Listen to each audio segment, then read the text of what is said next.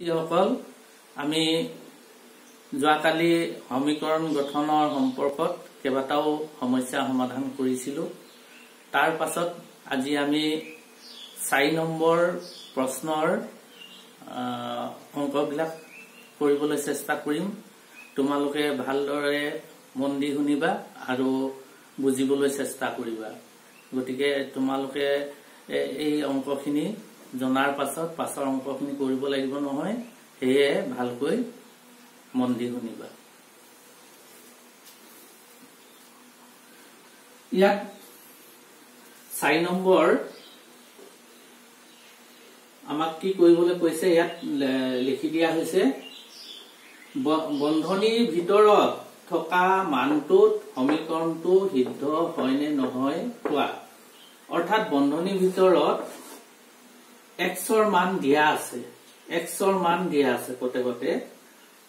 এই অংকটোৰ বাবেও xৰ মানটো হ'ব -5, এই অংকটোৰ বাবে xৰ মান হ'ব -4 বহুৱাই তুমি কৰিব লাগিব, আৰু এই অংকটোৰ বাবে xৰ মান 3 বহুৱাই অংকটো কৰিব লাগিব। আৰু কৰাৰ পাছত আমি সমান হৈছে নাই হোৱা বাওঁফালৰ সমান সোঁফালে, তেতিয়াহে গম পাম যে সমীকৰণটো সিদ্ধ হৈছে নে নাই হোৱা। এতিয়া তাকে কৰিবৰ কাৰণে আমি প্ৰথমতে মুখতে কৈ দিব নোৱাৰো সমীকৰণটো সিদ্ধ হৈছে নাই হোৱা।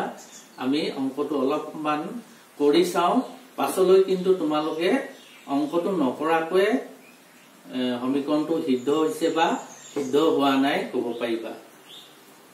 এতিয়া 1 নম্বৰটো কৰিছো। 1 নম্বৰটো দিয়া আছে x + 5 = 0। ইয়াত xৰ মান কি বহুৱাবলৈ কৈছে, xৰ মান -5 বহুৱাবলৈ কৈছে। এই xৰ ঠাইত -5 বহুৱাবলৈ কৈছে। গতিকে xৰ ঠাইত তোমালোকে -5 বহুৱাই দিবা, সিমানেই কাম এই অংকটো। গতিকে xৰ ঠাইত কি বহুৱাবলৈ কৈছিলে, xৰ ঠাইত -5 বহুৱাই দিলো, হৈ গল। এতিয়া xৰ ঠাইত -5 বহুৱাবলৈ কৈছিলে, xৰ ঠাইত আমি -5 বহুৱালো। তাৰ পাছত কি আছে সেইকেইটা বহাই দিম তলত। +5 আছে, +5 বহিব। তাৰপিছত সমান 0 আছে। এতিয়া মন কৰিবা তোমালোকে চিন কেইটা ভালকৈ মন কৰিবা। এই 5ৰ আগত মাইনাছ চিন আছে, এই 5ৰ আগত প্লাছ চিন আছে, এটা মাইনাছ চিন আছে, এটা প্লাছ চিন আছে। যদি চিন কেইটা এটা মাইনাছ এটা প্লাছ হলে বি সদিশ হয়। যদি দুইটাই মাইনাছ হোৱা হেতেন সদিশ হলতেন। সদিশ হলে যোগ কৰে, বি সদিশ হলে বিয়োগ কৰে। ভালকৈ মন কৰিবা কথাটো। এই অংকটোৰ আগত মাইনাছ চিন আছে, এইটো ঋণাত্মক সংখ্যা, আৰু এই অংকটোৰ আগত প্লাছ চিন আছে, গতিকে এইটো ধনাত্মক সংখ্যা। চিন কেইটা বেলেগ বেলেগ, বি সদিশ হৈছে চিন কেইটা, এটা মাইনাছ এটা প্লাছ। একে একে চিন হোৱাহেঁতেন সদিশ হলহেঁতেন, কিন্তু এটা মাইনাছ এটা প্লাছ হোৱাৰ কাৰণে বি সদিশ হল। বি সদিশ হলে আমি অংক কেইটা বিয়োগ কৰিম, সেইটো সদায় মনত থবা। বি সদিশ হলে বিয়োগ কৰিবা, সদিশ হলে কিন্তু যোগ কৰিবা। এতিয়া আমি চিন কেইটা যিহেতু বি সদিশ হৈছে, সেয়ে আমি অংক দুটা বিয়োগ কৰিম। 5ৰ পৰা 5 গলে কি হব, 0 সমান, ইফালেও 0 আছে, 0টো নমাই দিলো। এতিয়া চোৱা, সমান চিনৰ বাওঁ হাতেও 0 আৰু সোঁ হাতেও 0, গতিকে দুইফালে সমান হৈছে। গতিকে দুইফালে সমান হলে সমীকৰণটো সিদ্ধ হোৱা কয়। দুইফালে সমান চিনৰ দুইফালে একে সমান যদি ওলায়, তেতিয়াহলে সমীকৰণটো সিদ্ধ হৈছে বুলি কয়। গতিকে এইটো আমি লিখি দিম, এতেকে সমীকৰণটো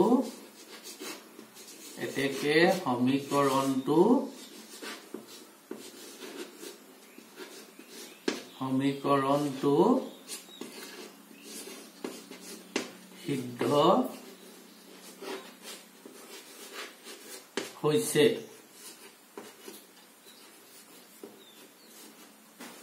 সমীকৰণটো সিদ্ধ হৈছে এইটো এই ধৰণে তোমালোকে এনেকুৱা অংকবোৰ কৰি লৈ সমীকৰণটো সিদ্ধ হৈছে নাই হোৱা ক'ব পাৰিবা এবাৰ আমি 2 নম্বৰ অংকটো লৈছো 2 নম্বৰ অংকটোত কি দিয়া আছে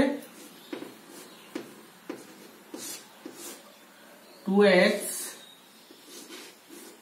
minus 8 equal to 7 আছে ইয়াত মন কৰা x ৰ মান কিমান লবলৈ কৈছে x ৰ মান 4 লবলৈ কৈছে 4 এই x ৰ ঠাইত আমি 4 বহুৱাব লাগিব কিন্তু 4 বহুৱাৰ আগত বিশেষ এটা কথা মনত ৰাখিব লাগিব x ৰ লগত এটা সহগ 2 লগ লাগি আছে সাংখ্যিক সহগ বুলি কয় x ৰ লগত 2 টো লগ লাগি আছে আৰু ইয়াত একো চিন নাই একো চিন নাথাকিলে ইয়াত পূৰণ চিন আছে বুলি ধৰিবা পূৰণ চিন ভালকৈ মন কৰিবা x ৰ লগত 2 টো লগ লাগি আছে হেহে ইয়াত একো চিন নাথাকিলেও ইয়াত কি চিন আছে বুলি ধৰিব লাগিব পূৰণ চিন আছে বুলি ধৰিব লাগিব হে আমি ইয়াত ঠাইত পূৰণ চিন দিম 2 to পূৰণ চিন ইনটু x ৰ ঠাইত এতিয়া মানটো বহাব পাৰিম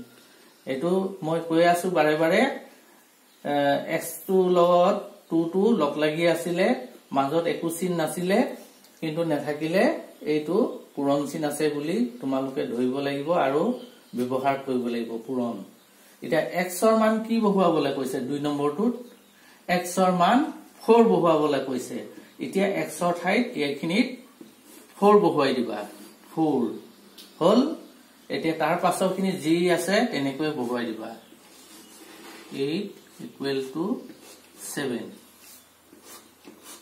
এতিয়া 2 লগত 4 পূৰণ কৰিবলৈ কৈছে 2 লগত 4 পূৰণ কৰিলে কিমান হ'ব 2 4 গুণ 8 হল 8 এই দুটা পূৰণ কৰিলো 8 পালো এই দুটা কৰি তাৰ পিছত কি আছে -8 আছে এটো তললৈ নমাই দিলো equal to 7 এবাৰ চোৱা এইটোৰ আগত মাইনাস চিন আছে কিন্তু এইটো এইটোৰ আগত একো চিন নাই একো চিন নাথাকিলে কিন্তু তোমালোকে যোগ চিন আছে বুলি ধৰি লবা যোগ গতিকে এই 8 টো যোগ হ'ব এই 8 টো ধনাত্মক সংখ্যা এই 8 টো ঋণাত্মক সংখ্যা চিন কিটা বিয়োগ হৈছে এটো যোগ এটো বিয়োগ বিয়োগ হলে বিয়োগ কৰিবা বিয়োগ কৰিলে কি হ'ব 8 ৰ পৰা 8 গুছি গলে কি হ'ব 0 হ'ব 0 এই দুটা কৰিলো 0 পালো সমান হা এতিয়া ইয়াত কি দেখিলা সমান চিনৰ বাও ফালে ওলাইছে 0 আৰু সোঁ ফালে ওলাইছে 7 একে সমান ওলাইছে নে একে সমান ওলাইছে জানো নাই ওলোৱা একে সমান নাই ওলোৱা গতিকে সমীকৰণটো সিদ্ধ হোৱা নাই এই তলত লিখি দিব লাগিব এতেকে সমীকৰণটো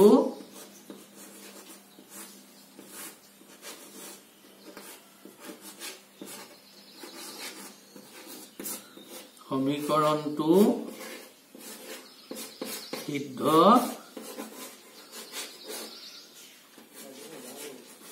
হোৱা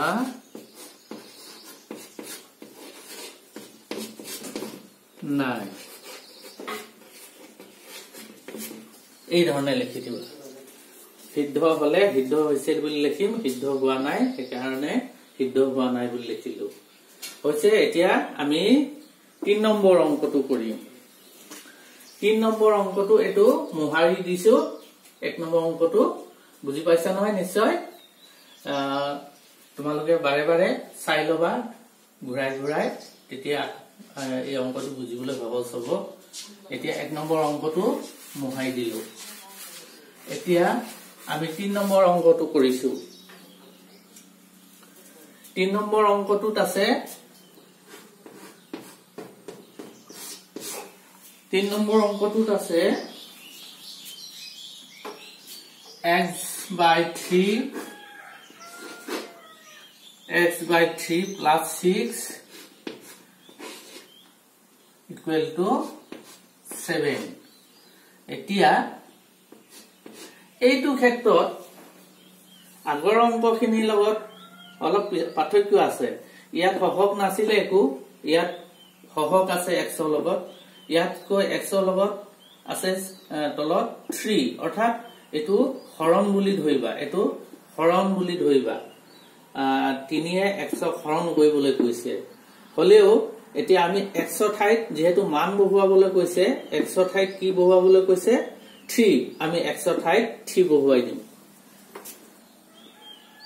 x ৰ ঠাইত কি বহুৱাম x ৰ ঠাইত কি বহুৱাবলৈ কৈছে x ৰ ঠাইত 3 বহুৱাবলৈ কৈছে গতিকে আমি 3 বহুৱালো তলত যি আছে হেতু বহিবই 3 আছে 3 বহিলে প্লাস 6 ইকুৱেল 7 বা এটো আকৌ কৈছো এয়া 3 এ 3 হৰণ কৰিবলৈ কৈছে এটো হৰণ চিন হয় গতিকে 3 এ 3 হৰণ কৰিলে কেবা যাব 3 এ 3 হৰণ কৰিলে এনে ধৰণে কটাকটি কৰি দিব পাৰে 3 এ 3 হৰণ কৰিলে এবাৰ যাব এটো 1 আছে ইয়াত 1 আছে এই অংক দুটা কটাকটি কৰি 1 পালো এটো 1 হ'ব এটো 1 গতিকে এটো 1 লিখিলো তাৰপিছত কি চিন আছে প্লাস তাৰপিছত কি আছে 6 তাৰপিছত সমান 7 এতিয়া এই দুটা যোগ কৰিবলৈ কৈছে দুইটাই সঠিক চিন এটো আগত যোগ চিন আছে এটো আগত একো চিন নাথাকিলে যোগ চিন থাকে গতিকে এটো যোগ গতিকে সঠিক হৈছে যোগ কৰিম 6 লগত 1 যোগ কৰিলে 7 হল সমান 7 ইয়াত দেখিলো সমান চিন বাওফালে যিমান সোঁফালেও সিমান একে সমান হৈছে গতিকে এই অংকটো সিদ্ধ হৈছে সমীকৰণটো সিদ্ধ হৈছে হে আমি ইয়াত লিখি দিম এতেকে সমীকৰণটো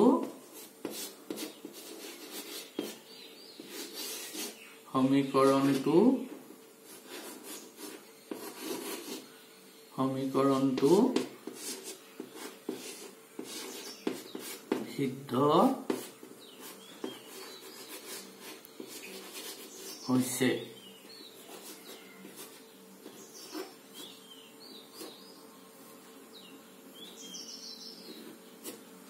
সমীকৰণটো সিদ্ধ হৈছে এই ধৰণে তোমালোকে পাঠ্যপুথিত থকা আমাৰ ভালে কেইটা প্ৰশ্ন আছে সেই প্ৰশ্ন কেইটা তোমালোকে পঢ়িবলৈ চেষ্টা কৰিবা আশা কৰিছো নিশ্চয় পাৰিবা আৰু বুজি নেপালে বাৰে বাৰে ঘূৰাই চাবা আৰু নিশ্চয় অংক কেইটা কৰিবলৈ সক্ষম হবা আজিলৈ ইমানতে সামৰণি মাৰিছো আকৌ আমি পুনৰ লগ পাম ধন্যবাদ